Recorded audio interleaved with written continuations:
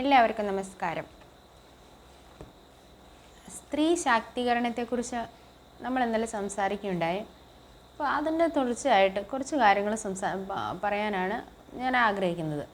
സ്ത്രീ ശാക്തീകരണം എന്ന് ഉദ്ദേശിക്കുമ്പോൾ നമ്മുടെ സമൂഹത്തിൽ നമ്മുടെ സ്ത്രീകൾ അല്ലെങ്കിൽ ഞങ്ങൾ സ്ത്രീകൾ അനുഭവിക്കുന്ന പ്രശ്നങ്ങൾ എന്തൊക്കെയാണ്, അല്ലെങ്കിൽ സമൂഹത്തിൽ അവർ നേരിടുന്ന വെല്ലുവിളികൾ എന്താണ്, ഇന്ന് അവർക്ക് സമൂഹത്തിൽ ഒരു നല്ല സ്ഥാനത്ത് എത്തണമെങ്കിൽ അത് വിദ്യാഭ്യാസത്തിലായാലും ജോലിയിലായാലും ബിസിനസ്സിലാണെങ്കിലും ആ ഒരു സ്ഥാനത്തേക്ക് അവർ എത്തപ്പെടണമെങ്കിൽ അവർ നേരിടുന്ന പ്രശ്നങ്ങൾ എന്തൊക്കെയാണ്, അല്ല അവർ നേരിടുന്ന വെല്ലുവിളികൾ എന്തൊക്കെയാണെന്നും നമ്മളിന്ന് അനുദിനം നമ്മുടെ സമുദായത്തിൽ നമ്മുടെ സമൂഹത്തിൽ നമ്മൾ ഓരോ കാര്യങ്ങളും കേൾക്കാറുണ്ട്. സ്ത്രീകൾ അനുഭവിക്കുന്ന ബുദ്ധിമുട്ടുകൾ, അല്ലെങ്കിൽ ഒരു തൊഴിലിടങ്ങളിലാണെങ്കിലും സ്ത്രീകളോട് പെരുമാറുന്ന രീതി എങ്ങനെയാണ്, അല്ലെങ്കിൽ സ്ത്രീകളോട് ആളുകൾ എങ്ങനെ ഇടപെടുന്നു, അല്ലെങ്കിൽ ഏത് കണ്ണോടുകൂടിയാണ് ഒരു സ്ത്രീയെ ഒരു പുരുഷനെ അല്ലെങ്കിൽ ഒരു സമൂഹം കാണുന്നതെന്നൊക്കെ നമ്മൾ അനുദിനം വാർത്തകളിലും പത്രങ്ങളിലും ന്യൂസുകളിലൂടെയൊക്കെ കേൾക്കാറുണ്ട്, കാണാറുണ്ട്, വാർത്തകളിലൊക്കെ അറിയുന്നുണ്ട്. എന്തുകൊണ്ടാണ് സമൂഹത്തിൽ നമ്മളോട് അല്ലെങ്കിൽ സ്ത്രീകളോട് ഇങ്ങനെ ഒരു നയം, അല്ലെങ്കിൽ അതിന് ഒരു പരിധി വരെയും എന്താണ് കാരണമെന്ന് നമ്മളൊന്ന് ചിന്തിക്കേണ്ടതുണ്ട്.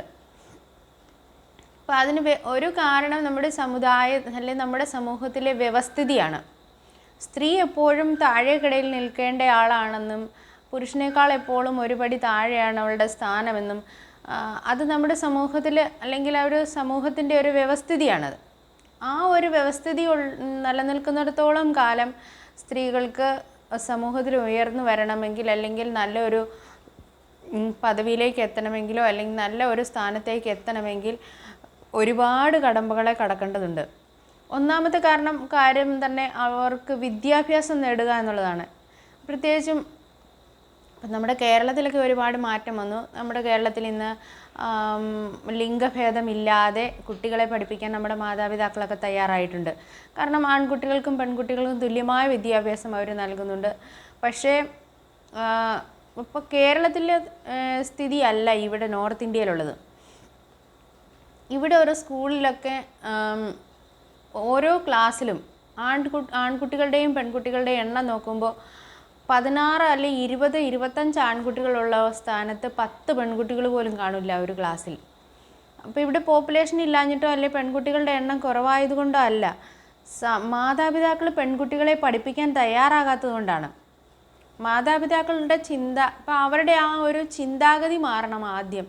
അപ്പോൾ അവർ ചിന്തിക്കുന്നത്, ഇവിടെയുള്ള മാതാപിതാക്കൾ ചിന്തിക്കുന്നത്, പെൺകുട്ടികളെ പഠിപ്പിച്ചിട്ട് ഇപ്പോൾ എന്താ, 10ാം ക്ലാസ് വരെ അവരെ ഏറ്റവും കൂടിയാൽ 10 വരെ പഠിപ്പിക്കണം, അല്ലെങ്കിൽ 8ാം ക്ലാസ് വരെ പഠിപ്പിക്കണം. അത് കഴിയുമ്പോൾ പിന്നെ പൈസ മുടക്കി പഠിപ്പിക്കേണ്ട ആവശ്യമില്ല.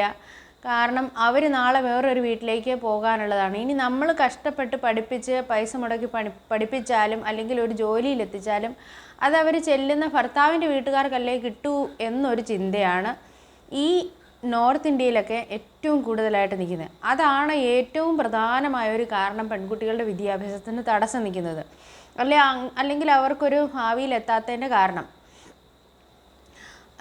വളരെ ചുരുക്കം രക്ഷകർത്താക്കൾ മാത്രമേ അവരുടെ പെൺകുട്ടികളെ നല്ല സ്കൂളിൽ വിട്ട് പഠിപ്പിക്കാൻ തയ്യാറാവുന്നുള്ളൂ. അല്ലാത്തവർ ആൺകുട്ടികളെ നല്ല സ്കൂളിലും പ്രൈവറ്റ് സ്കൂളുകളിലും ഇംഗ്ലീഷ് മീഡിയത്തിലും ഒക്കെ വിട്ട് പഠിപ്പിക്കുകയും പെൺകുട്ടികളെ ഗവൺമെൻറ് സർക്കാർ സ്കൂളിൽ വിടുന്ന ഒരു നയമാണ് ഇവിടെയുള്ള രക്ഷകർത്താക്കളൊക്കെ ഫോളോ ചെയ്യുന്നത്. അപ്പം ഞങ്ങൾ വർഷങ്ങളായിട്ട് നോർത്ത് ഇന്ത്യയിൽ താമസിക്കുകയും 15 വർഷത്തോളമായി നോർത്ത് ഇന്ത്യയിലെ സ്കൂളുകളിൽ പഠിപ്പിക്കുകയും ചെയ്യുന്നത് കൊണ്ടുള്ള എൻ്റെ അനുഭവമാണിത്.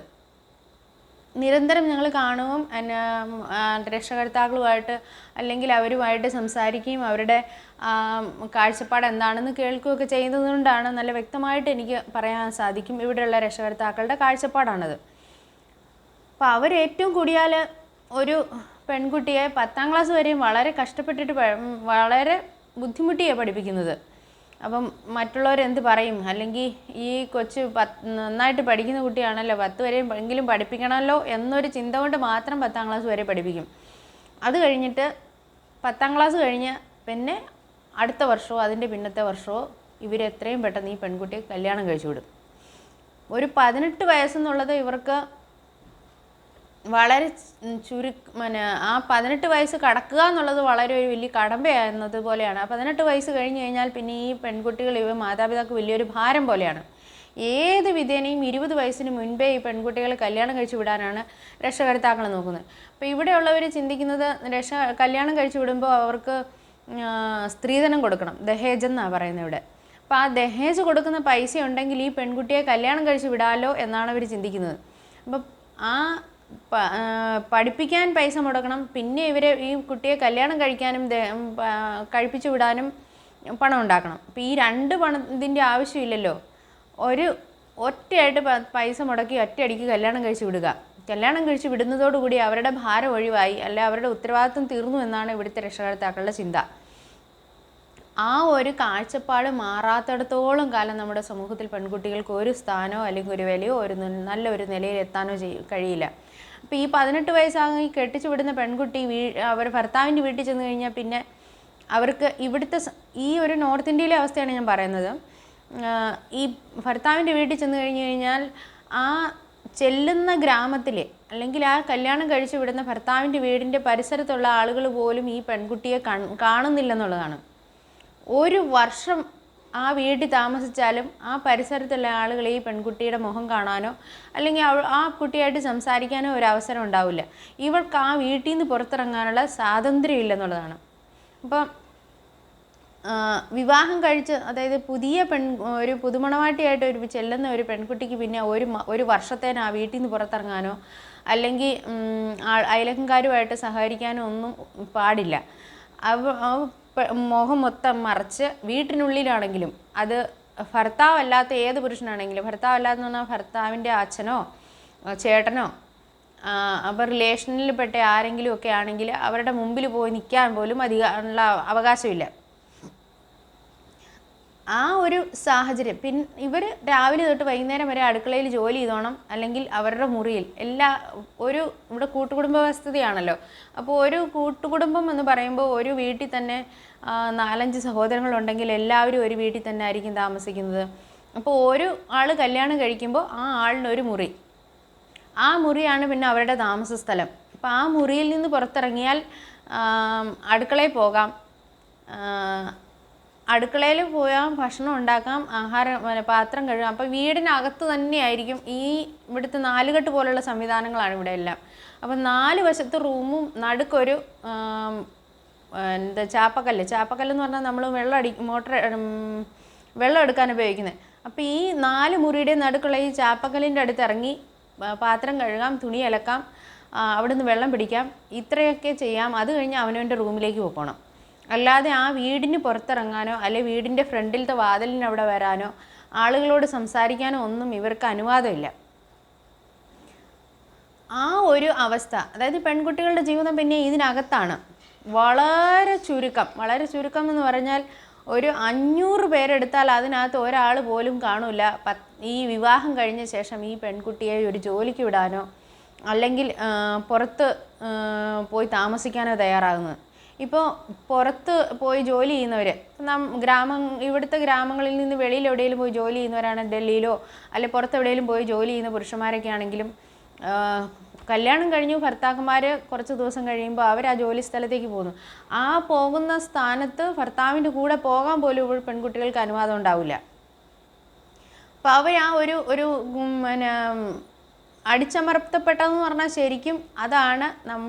നമ്മുടെ കേരളത്തിലൊന്നും നമ്മളിങ്ങനെ ഒരു അവസ്ഥയെക്കുറിച്ച് കേട്ടിട്ട് പോലും ഉണ്ടാവില്ല. അപ്പോൾ യഥാർത്ഥമായി സ്ത്രീകൾ അനുഭവിക്കുന്ന ബുദ്ധിമുട്ടുകൾ എന്താണെന്നും അല്ലെങ്കിൽ നോർത്ത് ഇന്ത്യയിലൊക്കെയാണ് ആ അടിച്ചമർത്തൽ എന്താണെന്ന് ശരിക്കും നമ്മൾ കണ്ട് മനസ്സിലാക്കിയാലേ നമുക്കത് പറയാൻ പറ്റുള്ളൂ. അപ്പോൾ അത് മാത്രമല്ല, പിന്നെ ഇവർക്ക് ഈ കല്യാണം കഴിഞ്ഞ് കഴിഞ്ഞാൽ പിന്നെ സാധാരണ നമ്മൾ നാട്ടിൽ ഉപയോഗിക്കുന്ന ഡ്രസ്സുകളൊന്നും ഉപയോഗിക്കുമ്പോൾ പിന്നെ ഫുൾ ടൈം സാരി ഉടുക്കാനേ പാടുള്ളൂ. സാരി അല്ലാതെ ഒരു ചുരിദാർ ഇടാനോ മറ്റ് ഡ്രസ്സുകൾ ധരിക്കാനോ ഒന്നും അനുവാദമില്ല. അപ്പോൾ കല്യാണത്തിന് മുമ്പ് വരെ പെൺകുട്ടികൾക്ക് ജീൻസ് ഇടാം, ചുരിദാർ ഇടാം, ഇതിനൊക്കെ അനുവാദമുണ്ട്. വിവാഹം കഴിഞ്ഞാൽ പിന്നെ അന്ന് മുതൽ സാരി മാത്രം, ഫുൾ ടൈം രാവിലെയും വീട്ടിലും പകലും എല്ലാം സാരി അല്ലാതെ ഒരു വേഷം ധരിക്കാൻ പോലും ഇവർക്ക് അനുവാദമില്ല. അതിനൊക്കെ അല്ലാതെ നോർമലായിട്ട് ചുരിദാറൊക്കെ ധരിക്കുന്നത് ഞാൻ ഇപ്പോൾ പറഞ്ഞതുപോലെ ഒരു 500 പേരിൽ ഒരാൾ പോലും കാണില്ല അങ്ങനെ അനുവാദം കൊടുക്കുന്നവർ. അപ്പം ഈ അവസ്ഥകളൊക്കെ ശരിക്കും എന്താണ് സ്ത്രീ സമൂഹം അനുഭവിക്കുന്ന വിവേചനമെന്ന് ശരിക്കും നമ്മൾ കണ്ടറിഞ്ഞ് മനസ്സിലാക്കണം. അതുമാത്രമല്ല, അതിനിപ്പോൾ ഞാൻ പറഞ്ഞ ഇതുപോലെ ഇവിടെ ഉള്ള ഒരു തൊഴിൽ ചെയ്യാൻ, ഒരു ജോലി ചെയ്യാൻ പോലും, ഇപ്പോൾ ജോലി ചെയ്യാനെന്ന് പറഞ്ഞാൽ ഇവിടെയൊക്കെ കടകളുണ്ട്, തുണിക്കടകളുണ്ട്. അങ്ങനെ ആ കടകളിലൊക്കെ പോയാലും ഒരു പെൺകുട്ടിയെ പോലും നമുക്ക് കാണാൻ പറ്റില്ല ജോലി ചെയ്യാൻ നിൽക്കുന്നത്. അല്ലെ സെയിൽസ് ഗേളായിട്ടോ അല്ലെ കടകളിൽ ബില്ലടിക്കാൻ നിൽക്കുന്നതോ, അങ്ങനെ ഒരു സ്ഥാനത്തും ഒരു പെൺകുട്ടിയെ കാണുക എന്ന് പറയുന്നത് വളരെ വളരെ വിരളമായിരിക്കും. അപ്പോൾ വലിയ വലിയ ടൗൺ പോലുള്ള സ്ഥലങ്ങൾ, ടൗണിലൊക്കെ ആണെങ്കിൽ ഇപ്പോൾ ബനാറസിലോ ഒക്കെ ചെന്നാൽ വലിയ മാളുകളിലൊക്കെ പോയാൽ അവർക്ക് അവിടെ ചിലപ്പം 1-2 പേരൊക്കെ ബില്ലടിക്കാനൊക്കെ നിൽക്കുന്നത്. അതും വളരെ ചുരുക്കമായിട്ടേ കാണുള്ളൂ. ഇതെല്ലാം പുരുഷന്മാരല്ലാതെ വേറൊരു പെൺകുട്ടിയോ ഒരു സ്ത്രീയോ ജോലി ചെയ്യുന്നിടത്ത് കാണാൻ പറ്റില്ല. ഇവിടെ ഏറ്റവും കൂടിയാൽ സ്ത്രീകളെ ജോലി ചെയ്യാൻ അനുവദിക്കുന്നത് നേഴ്സാകാൻ അനുവദിക്കും. വളരെ ചുരുക്കം പേരാണ് നേഴ്സായിട്ടും. പിന്നെ അതും ഇപ്പോഴൊക്കെയാണ് പെൺകുട്ടികൾ നേഴ്സായിട്ടൊക്കെ. നേരത്തെ ഞങ്ങൾ ഇവിടെ വന്ന സമയത്തൊക്കെ ഒരു ഹോസ്പിറ്റലിൽ ചെന്നാൽ പോലും അവിടെ നേഴ്സുമാരൊന്നും ഒന്നും കാണില്ല. എല്ലാവരും പുരുഷന്മാരായിരിക്കും. കമ്പൗണ്ടറായിട്ട് ജോലി ചെയ്യുന്നവർ, നേഴ്സുമാർ പോലും വളരെ ചുരുക്കമായിരിക്കും. അപ്പോൾ അവർ തന്നെയാണ് ഇഞ്ചക്ഷൻ എടുക്കുന്നതും മരുന്ന് കൊടുക്കുന്നതും ഡ്രസ്സ് ചെയ്യുന്നതും എന്ന് വേണ്ട സകല ജോലികളും ചെയ്യുന്നത്. ഇപ്പോൾ പിന്നെ ഇച്ചിരി മാറ്റം വന്നിട്ടുണ്ട്. നേഴ്സൊക്കെ ആകാൻ വളരെ കുറച്ച് പേരൊക്കെ അവരുടെ പെൺകുട്ടികളെ പഠിപ്പിക്കാനൊക്കെ തയ്യാറാകുന്നുണ്ട്. അതുപോലെ പിന്നെ ജോലി ചെയ്യുന്ന ഒരു ഇതെന്ന് പറയുന്നത് ടീച്ചേഴ്സായിട്ട്, സർക്കാർ സ്കൂളിലെ ടീച്ചേഴ്സൊക്കെ ആയിട്ടും ഇപ്പോഴൊക്കെ സ്ത്രീകളൊക്കെ പതിയെ ജോലി ചെയ്യാനൊക്കെ ആരംഭിച്ചിട്ടുണ്ട്. അതുപോലെ പ്രൈവറ്റ് സ്കൂളുകളിൽ പഠിപ്പിക്കാനൊക്കെ വളരെ ചുരുക്കം പേര് സ്ത്രീകളെ അനുവദിക്കുന്നുണ്ട്. അതും വളരെ ചുരുക്കം പേര് മാത്രമേ ഉള്ളൂ. വളരെ ചുരുക്കം എന്ന് പറഞ്ഞാൽ ഇന്നും നമ്മുടെ ഇവിടെ ഈ നോർത്ത് ഇന്ത്യയിൽ വിദ്യാഭ്യാസം ഉണ്ടായിട്ടും ജോലി ചെയ്യാൻ അനുവദിക്കാതെ വീടുകളിൽ കഴിയുന്ന ഒരുപാട് സ്ത്രീകളുണ്ട്. അപ്പോൾ അവരുടെ മാതാപിതാക്കൾ അവരെ ഒരു പക്ഷേ ഡിഗ്രി വരെ പഠിപ്പിച്ചിട്ടുണ്ടാവും, BEd പഠിപ്പിച്ചിട്ടുണ്ടാവും. എന്നാലും ഈ BEdും ഡിഗ്രി എല്ലാം എടുത്തിട്ടും ചുമ്മാതെ വീട്ടിലിരിക്കുന്ന ഒരുപാട് സ്ത്രീകളുണ്ട്. കാരണം അവരുടെ ഭർത്താവിൻ്റെ വീട്ടുകാരെ അവർ ജോലി ചെയ്യാൻ അനുവദിക്കുന്നില്ലെന്നുള്ളതാണ്. അവർക്ക് പുറത്തിറങ്ങാൻ അനുവാദമില്ല, ജോലി ചെയ്യാൻ അനുവാദമില്ല. പിന്നെ എന്ത് ചെയ്യും? ഈ ഡിഗ്രി കൊണ്ട് ഒരു ഗുണം ഉണ്ടാവില്ല. അപ്പോൾ ഒരു പരിധി വരെ ഈ മാതാപിതാക്കൾ അതുകൊണ്ടായിരിക്കും പെൺകുട്ടികളെ പഠിപ്പിക്കാനും തയ്യാറാക്കുന്നത്. വെറുതെ ഞാൻ എൻ്റെ പൈസ കൊടുത്ത് പഠിപ്പിച്ചു, എന്നിട്ട് കല്യാണം കഴിച്ച് വിടാൻ നേരത്ത് സ്ത്രീധനവും കൊടുക്കണം, ഈ പഠിപ്പിച്ചിട്ട് ഒരു പ്രയോജനം ഇല്ലല്ലോ എന്ന് ചിന്തിച്ച് ഒരു 18ാമത്തെ വയസ്സിൽ അല്ലെങ്കിൽ 20 വയസ്സിന് പൂർത്തിയാകുന്നതിനിപ്പുറം കല്യാണം കഴിച്ച് വിട്ടിരിക്കും. അത് കഴിഞ്ഞിട്ട് പിന്നെ ഇവിടെ ഒരു പെൺകുട്ടികൾക്ക് 20 വയസ്സ് 22 വയസ്സും ഒക്കെ നിൽക്കുക എന്ന് പറയുന്നത് വലിയൊരു ഭാരം പോലെയാണ്. അല്ലെങ്കിൽ ആ പെൺകുട്ടിയുടെ കല്യാണം എന്തുകൊണ്ടാണ് നടക്കാത്തത്, അതിനെന്തെങ്കിലും കുഴപ്പമുണ്ടായിരിക്കും എന്നുള്ള ഒരു ചിന്താഗതിയിലേക്കാണ് സമൂഹം ഇവിടെ നിൽക്കുന്നത്. അങ്ങനെ ചിന്തിക്കുന്ന ഒരു സമൂഹം, അങ്ങനെ ചിന്തിക്കുന്ന ഒരവസ്ഥ. ഈ സമൂഹത്തിൽ അല്ലെങ്കിൽ ഈ ഒരവസ്ഥയിൽ നിന്ന് സ്ത്രീകൾ മറികടന്ന് ഇന്ന് നമ്മൾ പറയുന്ന അല്ലെ ഒരു തൊഴിലിലേക്കോ അല്ലെങ്കിൽ ഒരു ബിസിനസ് രംഗത്തേക്കോ കടന്നു വരണമെങ്കിൽ വളരെ വലിയൊരു കടമ്പ അവർ കടക്കേണ്ടതുണ്ട്. കാരണം സ്വാതന്ത്ര്യം ആദ്യം അവർക്ക് വേണ്ടത് അവരെ സപ്പോർട്ട് ചെയ്യാൻ, അല്ലെ അവരുടെ ഈ കുടുംബത്തിൽ അവരെ സഹായിക്കാൻ തയ്യാറാകുന്ന അല്ലെ പുരുഷന്മാർക്ക്. അപ്പം നമ്മുടെ കേരളത്തിൽ എന്തുകൊണ്ടാണ് സ്ത്രീകൾ ഇച്ചിരൂടിയും, ഇന്ന് നമുക്കറിയാം കേരളത്തിൽ എല്ലാ മേഖലകളിലും സ്ത്രീകൾ എത്തിയിട്ടുണ്ട്. സ്ത്രീകൾ ലോറി ഓടിക്കുന്നു, ബസ് ഓടിക്കുന്നു, കണ്ടക്ടേഴ്സായിട്ട് ജോലി ചെയ്യുന്നു, അതുപോലെ വിദേശത്ത് പോകുന്നു. ഇവിടെ ഒന്നും വിദേശത്തൊരു പെൺകുട്ടി പോവുക എന്ന് പറയുന്നത് സ്വപ്നം കാണാൻ പോലും പറ്റില്ലാത്തൊരവസ്ഥയാണ്. പുരുഷന്മാർ പോകുന്നവരുണ്ടാവും, അതും വളരെ ചുരുക്കം പേരേ ഉള്ളൂ ഗൾഫിലൊക്കെ പോകുന്നത്. അതിലും അപ്പുറത്തേക്ക് ഫോറിൻ കൺട്രീസിലേക്ക് പോവുക എന്ന് പറയുന്നത് 10,000 പേരിൽ പോയിട്ട് 1,00,000 പേരിൽ ഒരാൾ പോലും കാണില്ല ഇവിടെ ഫോറിൻ കൺട്രീസിൽ പോയി ജോലി ചെയ്യുന്നവർ. ഇപ്പം ഇവിടുത്തെ അവസ്ഥയും നോർത്ത് ഇന്ത്യയിലെ അവസ്ഥയും നമ്മുടെ കേരളത്തിലെ അവസ്ഥയും തമ്മിലുള്ള വ്യത്യാസമാണത്. അപ്പോൾ കേരളത്തിൽ സ്ത്രീകളെ എല്ലാ തരത്തിലും നമുക്ക് സ്വാതന്ത്ര്യമുണ്ട് ജോലി ചെയ്യാൻ, അതുപോലെ സപ്പോർട്ട് ചെയ്യുന്നുണ്ട്.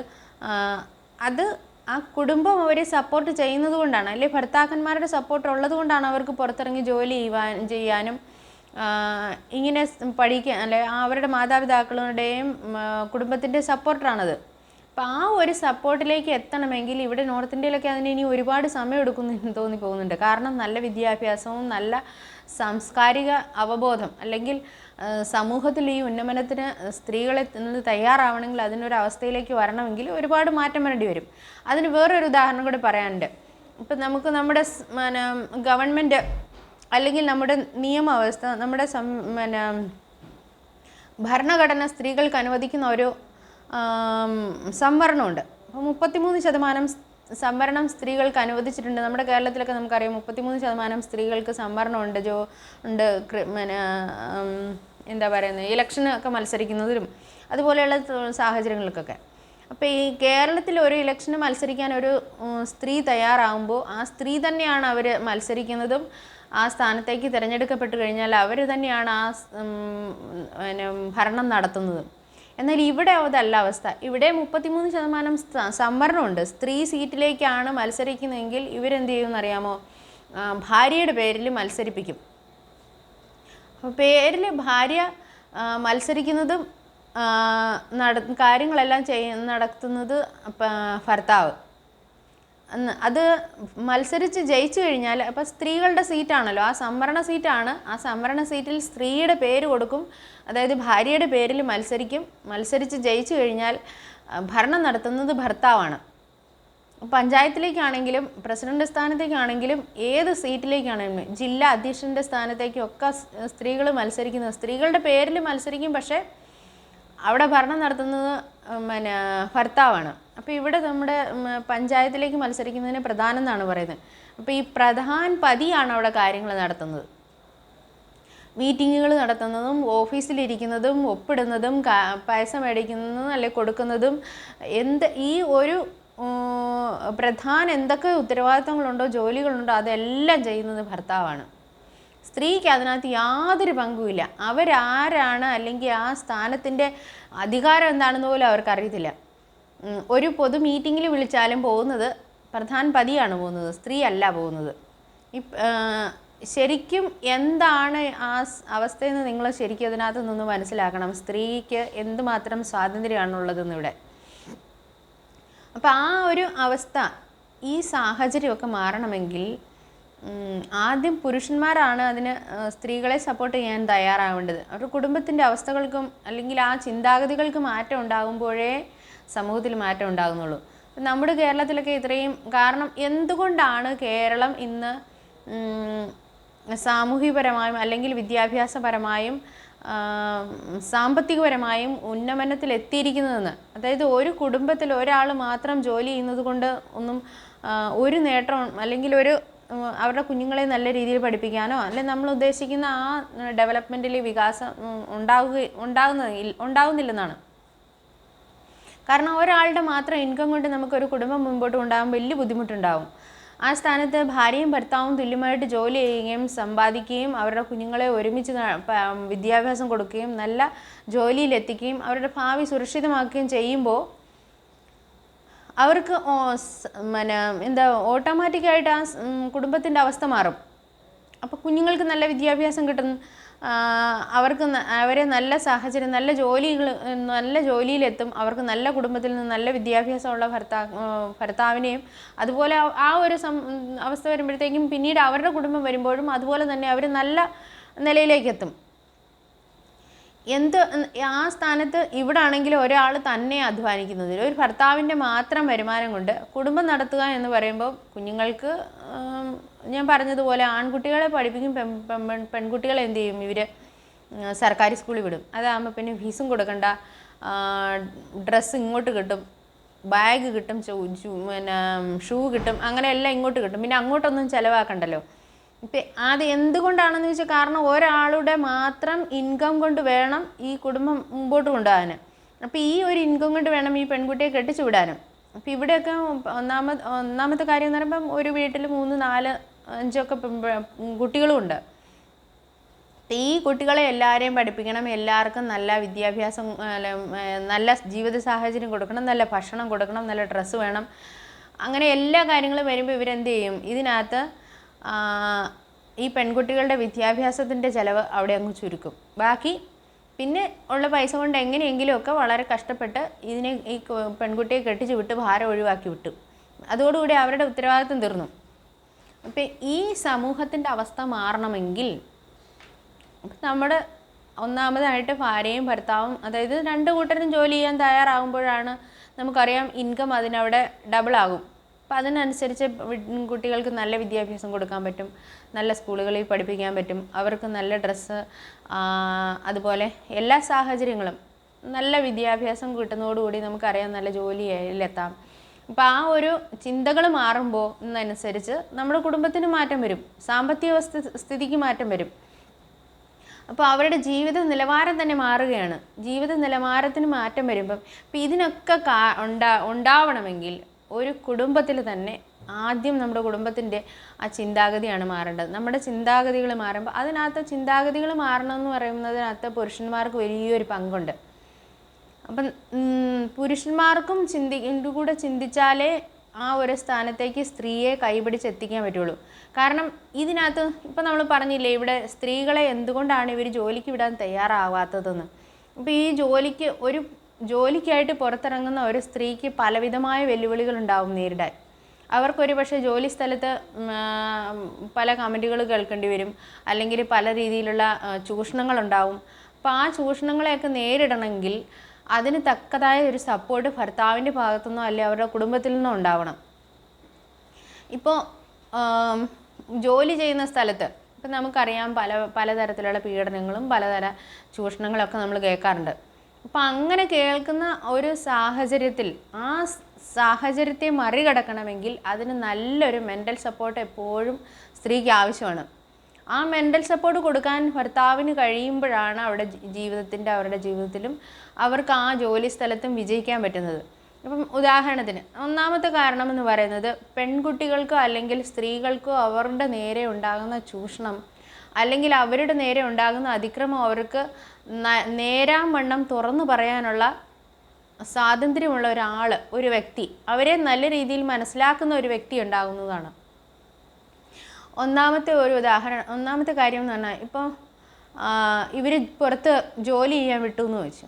ഈ ജോലി ചെയ്യാൻ വിടുന്നിടത്ത് എന്തെങ്കിലും ഒരു ചെറിയ പ്രശ്നം ഉണ്ടായിക്കഴിഞ്ഞാൽ എടുത്ത് ചാടി പിന്നെ ഇല്ലാത്ത പ്രശ്നം ഉണ്ടാക്കി നീ ഇന്ന് മുതൽ ജോലിക്ക് പോകേണ്ട, ഇവിടെ വീട്ടിൽ ഇരുന്നാൽ മതി, അല്ലെങ്കിൽ ഞങ്ങൾക്ക് പുറത്തിറങ്ങി നടക്കാൻ പറ്റില്ല എന്നുള്ള ഒരു സമീപനത്തോടെയാണ് പുരുഷന്മാർ സ്വീകരിക്കുന്നതല്ലേ, അല്ലെങ്കിൽ ആ വീട്ടിലെ ബന്ധപ്പെട്ട ആളുകൾ ആ ഒരു സമീപനമാണ് എടുക്കുന്നതെങ്കിൽ സ്ത്രീയുടെ മനഃശക്തി അവിടെ തീർന്നു, അവരുടെ സ്വാതന്ത്ര്യം അവിടെ തീർന്നു. ആ സ്ഥാനത്ത് സ്ത്രീക്ക് നേരിടേണ്ടി വന്ന ആ പ്രശ്നം നല്ല രീതിയിൽ പരിഹരിക്കാൻ ഭർത്താവോ അല്ലെ അവരുടെ കുടുംബത്തിലെ അംഗങ്ങളോ തയ്യാറാവുമ്പോഴാണ് അവർക്ക് മുമ്പോട്ട് പോകാനുള്ള പ്രചോദനം ഉണ്ടാവുള്ളൂ, അല്ലെങ്കിൽ മുമ്പോട്ട് പോകാനുള്ള ധൈര്യം ഉണ്ടാവുള്ളൂ. ഇങ്ങനെയൊക്കെയുള്ള പ്രശ്നങ്ങളുള്ളത് കൊണ്ടാണ് ഇവിടെ ഈ സ്ത്രീകളെ ഒന്നും പുറത്തിറങ്ങാൻ. കാരണം എന്തെങ്കിലും ഒരു ചെറിയ നിസാരം ഇപ്പം പെൺകുട്ടികളെ ഇവർ വളരെ ചുരുക്കം പേരെയാണ് പഠിപ്പിക്കാൻ തയ്യാറാകുന്നത്. ഇനി പഠിപ്പിക്കാൻ തയ്യാറായാൽ തന്നെ സ്കൂളിലൊക്കെ എന്തെങ്കിലും ഒരു ചെറിയ പ്രശ്നം ഈ പെൺകുട്ടിയുടെ പേരിലുണ്ടായാൽ അന്ന് അവളുടെ വിദ്യാഭ്യാസം തീർന്നു, അന്ന് വിദ്യാഭ്യാസം മുടക്കി വീട്ടിൽ ഇരുത്തും. പിന്നെ നാളെ മുതൽ നീ പഠിക്കാൻ പോകണ്ട, വീട്ടിൽ ഇരുന്നാൽ മതി എന്ന് പറഞ്ഞു പിന്നെ അവർ എത്രയും പെട്ടെന്ന് അവർ അടുത്ത നടപടി എന്ന് പറഞ്ഞാൽ പിന്നെ എത്രയും പെട്ടെന്ന് അതിനെ കെട്ടിച്ചു വിടാനേ നോക്കത്തുള്ളൂ. അപ്പോൾ അല്ലെങ്കിൽ യഥാർത്ഥമായുണ്ടായ പ്രശ്നം എന്താണെന്ന് പോലും അവർ അന്വേഷിക്കാൻ പോലും തയ്യാറാവില്ല. അത് പെൺകുട്ടിയുടെ ഭാഗത്താണോ മിസ്റ്റേക്ക്, അല്ലെങ്കിൽ വേറെ ഏതെങ്കിലും പ്രശ്നമാണോ, ഇതിനകത്ത് പെൺകുട്ടിയുടെ പങ്ക് എന്താണെന്ന് പോലും ഇവർ അന്വേഷിക്കാൻ തയ്യാറാവില്ല. എടുത്തടിച്ച് പരിപാടി നിർത്തി വീട്ടിൽ ഇരുന്നോളുക. അതായത് വിദ്യാഭ്യാസം നിന്നു അന്ന്. അപ്പം എത്രമാത്രം ഭയപ്പാടോടുകൂടിയാണ് പെൺകുട്ടികൾ കഴിയുന്നതെന്നും അല്ലെ എന്തുമാത്രം അവർ ജീവിതത്തിൽ അടിച്ചമർത്തപ്പെട്ടാണ് വളരുന്നതെന്നും നമ്മളൊന്ന് മനസ്സിലാക്കണം. അപ്പം ഇങ്ങനെ ഒരു സാഹചര്യത്തിൽ ഈ പെൺകുട്ടിക്ക് നേരെ എന്തെങ്കിലും ഒരു അതിക്രമം ഉണ്ടായാൽ തന്നെ ഇവർ വീട്ടിൽ ചെന്ന് പറയല. കാരണം വീട്ടിൽ ചെന്ന് പറഞ്ഞാൽ ഇവളുടെ ഭാഗത്ത് തെറ്റില്ലെങ്കിൽ പോലും ഇവർക്കറിയാം ഇന്നത്തെ കൊണ്ട് അവളുടെ വിദ്യാഭ്യാസം തീർന്നു, അതുകൊണ്ട് വീട്ടുകാരോട് പറയണ്ടെന്ന് ചിന്തിക്കും. അതുകൊണ്ട് എന്താണ്, ഈ ചൂഷണം ചെയ്യുന്ന ആളുകൾക്ക് ചൂഷണം ചെയ്യുന്ന ആളുകൾ അല്ലെങ്കിൽ ഈ പെൺകുട്ടികൾക്ക് നേരെ കമൻറ്റ് പറയുന്നവർക്കോ അല്ലെങ്കിൽ ചൂഷണം ചെയ്യുന്നവർക്കോ ഇതൊരു ലാക്കാണ്, അല്ലെങ്കിൽ ഒരു മുതലാക്കാം. കാരണം ഇവർ ചെറിയ പ്രശ്നങ്ങളൊന്നും ഉണ്ടെങ്കിൽ വീട്ടിൽ ചെന്ന് പറയില്ല. വീട്ടിൽ ചെന്ന് പറഞ്ഞാൽ ഇവൾക്കാണ് കുറ്റം, ഇവളുടെ വിദ്യാഭ്യാസം അന്നുകൊണ്ട് നിൽക്കുമെന്നറിയാം, അതുകൊണ്ട് ഇവർ വീട്ടിൽ ചെന്ന് പറയില്ല. അതുകൊണ്ട് ഇവർക്കത് ഒരു ഒരു മുതലാക്കാം. കാരണം ഈ ചെറിയ പ്രശ്നങ്ങളൊന്നും ഉണ്ടായാലും പെൺകുട്ടി വീട്ടിൽ ചെന്ന് പറയില്ലല്ലോ, അതുകൊണ്ട് ഇവരോട് എന്തുമാകാം എന്നൊരു സമീപനം ഉണ്ടാകും. നമ്മുടെ നാട്ടിലും നടക്കുന്ന കുറച്ചൊക്കെ കാര്യങ്ങൾക്ക് പിന്നിൽ ഇതാണ് ഒരു പരിധിവരെയും. കാരണം ഇവൾക്ക് തുറന്നു പറയാൻ, സ്വാതന്ത്ര്യത്തോടെ പറയാനും അവൾ പറയുന്ന കാര്യങ്ങൾ അതേപടി മനസ്സിലാക്കാനും തയ്യാറാകുന്ന ഒരു പാർട്ട്ണർ അല്ലെങ്കിൽ പങ്കാളി അല്ലെങ്കിൽ കുടുംബം അവർക്കുണ്ടെങ്കിൽ അവർ ആ ഏത് സാഹചര്യത്തിലും പിടിച്ചു നിൽക്കും. ഇപ്പോൾ ഒരു പരിധിവരെ നമ്മുടെ നാട്ടിലുണ്ടാകുന്ന ചൂഷണങ്ങൾക്കൊക്കെ കാരണം അതാണ്. വേറൊരു കാര്യങ്ങൾ നമ്മൾ കേൾക്കാറുണ്ട്, ഇന്ത്യയിൽ അല്ല നമ്മുടെ കേരളത്തിൽ തന്നെ സ്ത്രീധനം ത്തിൻ്റെ പേരിൽ ഒരുപാട് പിന്നെ പ്രശ്നങ്ങളൊക്കെ, അതായത് സ്ത്രീധനത്തിൻ്റെ പേരിൽ പീഡിപ്പിക്കപ്പെടുന്ന പെൺകുട്ടികളും ആത്മഹത്യ ചെയ്യുന്നതും ഒക്കെ നമ്മൾ കാണാറുണ്ട്. ഇതിൻ്റെയും കാരണം അവളെ ആ ഒരു പെൺകുട്ടിയുടെ അവസ്ഥ എന്താണെന്ന് വ്യക്തമായി മനസ്സിലാക്കാനോ അല്ലെങ്കിൽ അവൾ പറയുന്നത് കേൾക്കാനോ തയ്യാറാവാത്ത ഒരു സമൂഹമോ അല്ലെങ്കിൽ ഒരു കുടുംബമോ, അത് ഒരു വലിയൊരു ഘടകം തന്നെയാണ് ഓരോരുത്തരുടെയും ഒരു പെൺകുട്ടിയുടെ ജീവിതത്തിലെ അരക്ഷിതാവസ്ഥ ഉണ്ടാകുന്നതിന് വലിയൊരു കാരണമാണത്. കാരണം അവൾ പറയുന്നത് അല്ലെ അവളുടെ ഭാഗം എന്താണെന്ന് മനസ്സിലാക്കാൻ അല്ലെ പറയുന്നത് എന്താണെന്ന് കേൾക്കാൻ തയ്യാറാകുന്ന ഒരു ഭർത്താവുണ്ടെങ്കിൽ അല്ലെങ്കിൽ അവളുടെ വീട്ടുകാരുണ്ടെങ്കിൽ അവൾക്ക് ആ പ്രശ്നത്തിനകത്ത് തൻ്റെ ഇടത്തോടെ നിൽക്കാനും ആ പ്രശ്നത്തെ അതിജീവിക്കാനും അവൾക്ക് സാധിക്കും. അത് പെൺകുട്ടിക്കുള്ള ഒരു കഴിവാണ്. പ്രകൃതി സ്ത്രീകൾക്ക് കൊടുത്തിരിക്കുന്ന ഒരു കഴിവാണ്. ഏത് പ്രശ്നത്തെയും അതിജീവിക്കാനുള്ള കഴിവ് സ്ത്രീകൾക്കുണ്ട്. പക്ഷേ അവളെ ഒന്ന് സപ്പോർട്ട് ചെയ്യാനോ കേൾക്കാനോ തയ്യാറാകുന്ന ഒരു കുടുംബം അല്ലെങ്കിൽ ഒരു പിന്നിൽ നിൽക്കാൻ ഒരാളുണ്ടെങ്കിൽ അത് വലിയൊരു കാര്യം തന്നെയാണ്. നമ്മുടെ സമൂഹവും നമ്മളൊക്കെ മനസ്സിലാക്കേണ്ട ഒരു കാര്യം എന്ന് വെച്ചാൽ പ്രത്യേകിച്ച് പുരുഷന്മാരും മാതാപിതാക്കളും ഒക്കെ മനസ്സിലാക്കേണ്ട ഒരു കാര്യം തന്നെയാണ്. അത് വിവാഹം കഴിച്ചു വന്ന പെൺകുട്ടിയാണെങ്കിലും അതായത് മകളാണെങ്കിലും മരുമകളാണെങ്കിലും ആ പെണ്ണിനെ അല്ലെങ്കിൽ സ്ത്രീയെ മനസ്സിലാക്കാൻ അവർക്ക് സപ്പോർട്ട് ചെയ്യാൻ കഴിയുന്ന ഒരു കുടുംബം അല്ലെങ്കിൽ ഒരു ഭർത്താവ്, അതാണ് ഒരു സ്ത്രീക്ക് ഏറ്റവും വലിയ പിന്തുണ. ആ ഒരു പിന്തുണയുണ്ടെങ്കിൽ ഈ സ്ത്രീ ഏത് ഉയരത്തിലും എത്തും എന്നുള്ളതാണ് നമ്മൾ മനസ്സിലാക്കേണ്ടത്. അതിനൊക്കെ നമ്മൾ കാണാറുള്ള ഒരുപാട് ഉദാഹരണങ്ങളുണ്ട്. അതിലൊക്കെ ഇന്ന് ഒന്ന് രണ്ട് ഉദാഹരണങ്ങൾ നമുക്കിതിനകത്ത് നമുക്ക് ഈ സമൂഹത്തിൽ ഒരുപാട് ഉയരങ്ങളിലെത്തിയിരിക്കുന്നത്, അതായത് ഒന്നുമില്ലായ്മയിൽ നിന്നും അല്ലെങ്കിൽ ചെറിയ കൂലിവേല ചെയ്തുകൊണ്ടിരുന്ന അവസ്ഥയിൽ നിന്ന് സമൂഹത്തിൽ നല്ല ഒരു ഉയരങ്ങളിലെത്തിയ ആളുകളൊക്കെ ഉണ്ട്. അപ്പോൾ ഈ ഇന്നലെ നമ്മൾ സംസാരിച്ചതാണ് ഡോക്ടർ പി വിജയൻ സാറിൻ്റെ കോടീശ്വരനാകാം മനഃശക്തിയിലൂടെ എന്ന് പറയുന്ന പുസ്തകത്തിൻ്റെ 10ാമത്തെ അധ്യായത്തിൽ നമ്മൾ ഇന്നലെ കുറച്ച് കാര്യങ്ങളൊക്കെ കണ്ടു. അതിൻ്റെ 11ാമത്തെ അധ്യായത്തിൽ ഇതുപോലെ സമൂഹത്തിൽ ഒന്നുമില്ലാത്ത അവസ്ഥയിൽ നിന്നും അല്ലെങ്കിൽ ചെറിയ സംരംഭങ്ങളിൽ നിന്നും അതുപോലെ വലിയ ലോകം മുഴുവൻ അറിയപ്പെടുന്ന വ്യക്തിത്വത്തിലേക്ക് ഉയർന്നിട്ടുള്ള സ്ത്രീകളുണ്ട്. അപ്പോൾ അവരെ സപ്പോർട്ട് ചെയ്ത അവരുടെ കുടുംബവും അവരുടെ ഭർത്താവും ഒക്കെ അതിനൊരു കാരണം തന്നെയാണ്. അപ്പോൾ അതിനകത്ത് ഒന്നാണ് ജ്യോതി റെഡ്ഡി എന്ന് പറയുന്ന ഒരു പെൺകുട്ടി. ഇപ്പോൾ ജ്യോതി റെഡ്ഡി ആന്ധ്രാപ്രദേശിലെ ഒരു വാറങ്കൽ ജില്ലയിൽ ജനിച്ച ആളാണ്. ഇവരുടെ കുടുംബത്തിനെന്ന് വെച്ചാൽ 4 മക്കളിൽ മൂത്തയാളായിരുന്നു ഈ പെൺകുട്ടി. ഇപ്പോൾ ഈ അച്ഛന് വലിയ ജോലിയൊന്നും ഇല്ലായിരുന്നു. അടിയന്തരാവസ്ഥ കാലത്ത് ജോലിയൊക്കെ നഷ്ടപ്പെട്ട് കഴിഞ്ഞിട്ട് അച്ഛൻ സേനയിൽ ചേർന്ന് കഴിഞ്ഞിട്ട് പിന്നെ അവിടെയും അധികകാലമൊന്നും പിടിച്ചു നിൽക്കാൻ പറ്റാതെ തിരിച്ച് നാട്ടിൽ വന്ന് അപ്പോൾ ഈ കുഞ്ഞുങ്ങളെ പഠിപ്പിക്കാനോ അല്ലെങ്കിൽ ഇവർക്ക് നല്ല രീതിയിലോ വിദ്യാഭ്യാസം കൊടുക്കാനോ പറ്റാതെ വന്നപ്പം ഇദ്ദേഹം ഈ പെൺകുട്ടിയെ കൊണ്ടുപോയി ഒരു ബാലസദനിൽ ചേർത്തു. അപ്പോൾ അവിടെ ആണ് 10ാം ക്ലാസ് വരെ ഈ പെൺകുട്ടി പിന്നെ ഈ ബാലസദനിൽ നിന്നിട്ടാണ് പഠിക്കുന്നത്. അവിടെ നിന്ന് പക്ഷെ നന്നായിട്ട് പഠിച്ചു. ആ കിട്ടിയ സാഹചര്യത്തിൽ ഈ പെൺകുട്ടി അവധിക്കാലത്ത് പോലും വീട്ടിലേക്ക് പോയിട്ടില്ലെന്നാണ്. അവധിക്കാലത്തൊക്കെ വാർഡൻ്റെ വീട്ടിൽ ജോലി ചെയ്തും ഒക്കെ ആയിട്ട് ഈ കൊച്ച് 10 വരെ പഠിച്ചു. 10 കഴിഞ്ഞപ്പോൾ പിന്നെ ഇനി പഠിപ്പിക്കാൻ നിവൃത്തിയില്ലാത്തതുകൊണ്ട് ഈ കുട്ടിയെ ഇവർ കെട്ടിച്ചു വിടാൻ തീരുമാനിച്ചു. 16ാമത്തെ വയസ്സിൽ കല്യാണം കഴിച്ചു വിട്ടു. 16ാമത്തെ വയസ്സിൽ കല്യാണം കഴിച്ചു വിട്ടു. 2-3 വർഷത്തിനകം ഇവർക്ക് 2 കുട്ടികളുമായി. ഇപ്പം കെട്ടിച്ചു വിട്ട വീട്ടിലും യാതൊരു നിവൃത്തിയില്ലാത്ത സാധാരണക്കാരായിരുന്നു. അപ്പോൾ ഇവർക്ക് കുഞ്ഞുങ്ങളെ പോറ്റാനും മുമ്പോട്ടുള്ള കാര്യത്തിന് വേണ്ടി ലാസ്റ്റ് ഈ പെൺകുട്ടി കൂലിവേലയ്ക്ക് ഇറങ്ങി. അപ്പോൾ അവിടെ 5 രൂപ വേതനത്തിനാണ് ഒരു ദിവസം ഇവർ ജോലിക്ക് പോയിക്കൊണ്ടിരുന്നത്. അങ്ങനെ ജോലിക്ക് പോയിക്കൊണ്ടിരുന്ന സ്ഥാനത്ത് ഇവരുടെ വില്ലേജിൽ സർക്കാരിൻ്റെ ഈ സാക്ഷരതാ മിഷൻ പോലെ ഒരു സംരംഭം ആരംഭിച്ചു സർക്കാരിൻ്റെ. അപ്പോൾ നിരക്ഷരരായിട്ടുള്ള ആളുകളെ പഠിപ്പിക്കാനുള്ള ചുമതല അങ്ങനെ ഈ പെൺകുട്ടിക്ക് കിട്ടി. അപ്പോൾ അന്ന് 150 രൂപയാണ് ഒരു മാസം വരുമാനം ഇങ്ങനെ പഠിപ്പിക്കുന്നതിന്. അങ്ങനെ പഠിപ്പിച്ച് അതിനകത്ത് ജ്യോതി നല്ല രീതിയിൽ ആളുകളെ പഠിപ്പിക്കുകയും അവർക്ക് നന്നായിട്ട് പറഞ്ഞു കൊടുക്കുകയൊക്കെ ചെയ്തു കഴിഞ്ഞപ്പോൾ സർക്കാരിൻ്റെ അല്ലെങ്കിൽ ഇതിൻ്റെ അധികാരികൾക്ക് ഇച്ചിരൂടെ ഇവരെ ആ ഒരു മണ്ഡലത്തിൻ്റെ പ്രേരകമായിട്ട് നിയമിച്ചു. അപ്പോൾ അങ്ങനെ ഓരോ വിദ്യാഭ്യാസ സ്ഥാപനങ്ങൾ സന്ദർശിക്കാനും ആളുകളുമായിട്ട് ഇടപെടാനൊക്കെ ഇവർക്ക് സാധിച്ചു.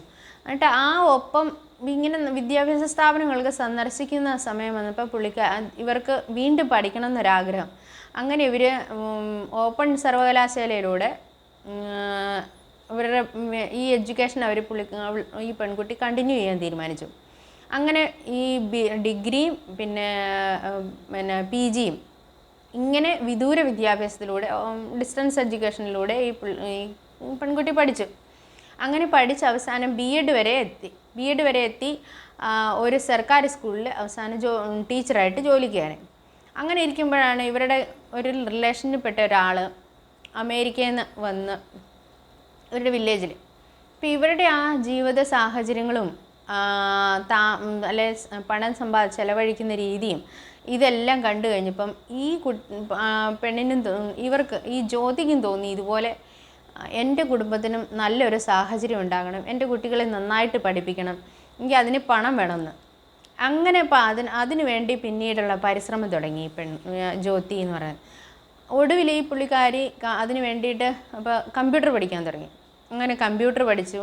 എന്നിട്ട് ഈ വിദേശത്ത് പോകാൻ അല്ലെ അമേരിക്കയിലൊക്കെ പോകാനുള്ള വിസയ്ക്ക് വേണ്ടി പ്രയത്നിക്കാൻ തുടങ്ങി. അങ്ങനെ വളരെ കഷ്ടപ്പെട്ട് കുറേ നാളുകളൊക്കെ പരിശ്രമിച്ച് അവസാനം ഇവർക്കൊരു വിസിറ്റിംഗ് വിസ കിട്ടി അമേരിക്കയ്ക്ക് പോകാൻ. അവിടെ ചെന്ന് കുറച്ച് നാൾ അവിടെ ഒരു വീഡിയോ ഷോപ്പിൽ സെയിൽസ് ഗേളായിട്ട് ജോലിക്ക് ചേർന്നു. അങ്ങനെ അവിടെ നിന്നുകൊണ്ട് തന്നെ പുള്ളിക്കാരി ഈ CS അമേരിക്ക എന്ന് പറയുന്നൊരു കമ്പനിയിലേക്കും പിന്നെ അവിടെ നിന്ന് തന്നെ അതിലും നല്ലൊരു വേതനത്തിൽ വേറൊരു കമ്പനിയിലും ജോലിക്ക് കയറി. അങ്ങനെ പതിയെ ഈ സ്വപ്നങ്ങളൊക്കെ നേടാമെന്നൊരു അവസ്ഥ വന്നപ്പോഴത്തേക്കും അന്നേരമാണ് അടുത്ത പ്രശ്നം പുള്ളിക്കാരിക്ക് വന്നത്. കാരണം വിസിറ്റിംഗ് വിസയിലാണ് വന്നത്, പിന്നീട് ഈ വിസയ്ക്ക് ഉള്ളത് പ്രശ്നമായി. അങ്ങനെ വിസയ്ക്ക് കിട്ടാൻ വേണ്ടി പിന്നെ പുള്ളിക്കാരിക്ക് മെക്സിക്കോയിലേക്ക് പോകേണ്ടി വന്നു. അങ്ങനെ അവിടെ പോയി ഈ വിസയ്ക്ക് വേണ്ടി നേരിട്ട പ്രശ്നങ്ങൾ. അപ്പോൾ ഈ ഒരു ചിന്ത ഈ പുള്ളിക്കാരിക്ക് അതൊരു ഇവരുടെ മനസ്സിനെ അത് സ്ട്രൈക്ക് ചെയ്തു. അങ്ങനെ അപ്പോൾ അവർക്ക് മനസ്സിലായി ഈ വിസ കിട്ടാൻ വേണ്ടി പാടുപെടുന്ന അല്ലെങ്കിൽ ഈ വിസയുടെ നൂലാമാലയിൽപ്പെട്ട് വട്ടം ചുറ്റുന്ന ഒരുപാട് പേരുണ്ട്. അവർക്ക് വേണ്ടി എന്തെങ്കിലും ഒരു ഇത് തുടങ്ങിക്കഴിഞ്ഞാൽ അതൊരു നല്ലൊരു സംരംഭമായിരിക്കുന്ന ഒരു ചിന്ത ഇവരുടെ മനസ്സിൽ. അങ്ങനെ ഇവരുടെ ആ ഐഡിയ വെച്ച് ഇവർ 2001 കീ സോഫ്റ്റ്വെയർ സൊല്യൂഷൻ എന്ന് പറയുന്ന ഒരു സംഘടന അല്ലെങ്കിൽ ഒരു സ്റ്റാർട്ടപ്പ് തുടങ്ങി. അങ്ങനെ തുടങ്ങിയ സ്റ്റാർട്ടപ്പ് പിന്നീട് അത് വളർന്ന് ഇന്ന് ലോകം മുഴുവൻ അറിയപ്പെടുന്ന ഒരു വലിയൊരു ബിസിനസ് ശൃംഖല അല്ലെങ്കിൽ ഒരു വലിയൊരു സ്ഥാനത്തേക്ക് അത് മാറി. ഇപ്പം ഈ കീ സോഫ്റ്റ്വെയർ സൊല്യൂഷൻ എന്ന് പറയുന്നത് ഇന്ന് അത് ലക്ഷങ്ങൾ വരുമാനം അല്ലെങ്കിൽ ഇത് ചെയ്യുന്ന ഒരു വലിയൊരു സംരംഭമായിട്ട് മാറി. അപ്പോൾ അതിലേക്ക് എത്താനുള്ള കാരണം ഇപ്പോൾ ഇതിന് ഈ ഒരു ഉദാഹരണം എന്ന് പറയുന്നത് ഒന്നുമില്ലാതിരുന്ന കൂലിപ്പണിക്കാരിയായിരുന്നു. വെറും 5 രൂപ ദിവസക്കൂലിക്ക് ജോലി ചെയ്തുകൊണ്ടിരുന്ന ഒരു പെൺകുട്ടി ഇന്ന് അമേരിക്കയിലെത്തി അമേരിക്കയിലെ സ്വന്തമായിട്ടൊരു സ്ഥാപനം അത് ഈ കീ സൊല്യൂഷൻ്റെ CEO ആണ് ഇന്നവർ. അപ്പോൾ ആ സ്ഥാനത്തേക്ക് ഇന്ന് അവരെത്തിയെങ്കിൽ അതിൻ്റെ കാരണം അപ്പോൾ അവരുടെ ആ പെൺകുട്ടിയുടെ നിശ്ചയദാർഢ്യമാണ് ഒന്നാമത്തെ കാരണം. കാരണം എനിക്ക് വിജയിക്കണമെന്നും എൻ്റെ ജീവിതത്തിൻ്റെ അവസ്ഥകൾ മാറണമെന്നും ഉള്ള ഒരു നിശ്ചയദാർഢ്യം. അതിനുവേണ്ടി അവരെ സപ്പോർട്ട് ചെയ്ത അവരുടെ കുടുംബം, ഭർത്താവ്. അപ്പോൾ ആ പെൺകുട്ടിയുടെ സ്വപ്നം സാക്ഷാത്കരിച്ചത്. കാരണം ഇവർ വിവാഹം കഴിയുന്നിടം വരെയും ഒന്നും ഇല്ലാതിരുന്ന അവസ്ഥയിൽ നിന്ന് വിവാഹം കഴിഞ്ഞ് കുടുംബത്തിലെത്തി 2 കുഞ്ഞുങ്ങളും ആയതിനു ശേഷമാണ് ഇന്ന് ആ സ്ഥാനത്തെത്തിയത്. അപ്പോൾ ആ സ്ഥാനത്തെത്താൻ അവരുടെ ഭർത്താവും അവരുടെ കുടുംബവും കൊടുത്ത സപ്പോർട്ടാണ് ഇന്ന് അവരെ എത്തിച്ചത് അത്രയും സ്ഥാനത്ത്. അപ്പോൾ ആ ഒരു കാര്യം എടുത്തു പറയണം. അതുപോലെ ഒരുപാട് സ്ത്രീകളുണ്ട് ഇന്ന് നമ്മുടെ ഇന്ത്യയിൽ നല്ല ഉയരങ്ങളിലെത്തി നല്ല സ്ഥാനങ്ങളിൽ ജോലി ചെയ്യുന്നവർ. ഇപ്പോൾ സാവിത്രി ജിൻഡാൽ എന്ന് പറയുമ്പം നമുക്കറിയാം ഇന്ത്യയിലെ ഉരുക്ക് വ്യവസായത്തിൻ്റെ ചക്രവർത്തിനി എന്നാണ് അറിയപ്പെടുന്നത്.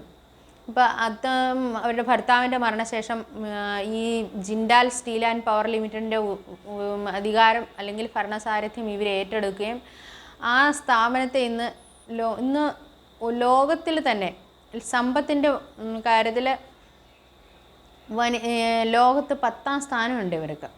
അപ്പോൾ ആ ഒരു സ്ഥാനത്തേക്കൊക്കെ എത്തിയത് ഇവരുടെ ഈ സ്ത്രീകളുടെയൊക്കെ ദൃഢനിശ്ചയവും ജോലി ചെയ്യാനുള്ള അല്ലെങ്കിൽ എന്താ പറയുന്നത് കഠിനാധ്വാനം ചെയ്യാനുള്ള താല്പര്യവും പിന്നെ അവരുടെ കുടുംബത്തിൻ്റെ സപ്പോർട്ടുമാണ്.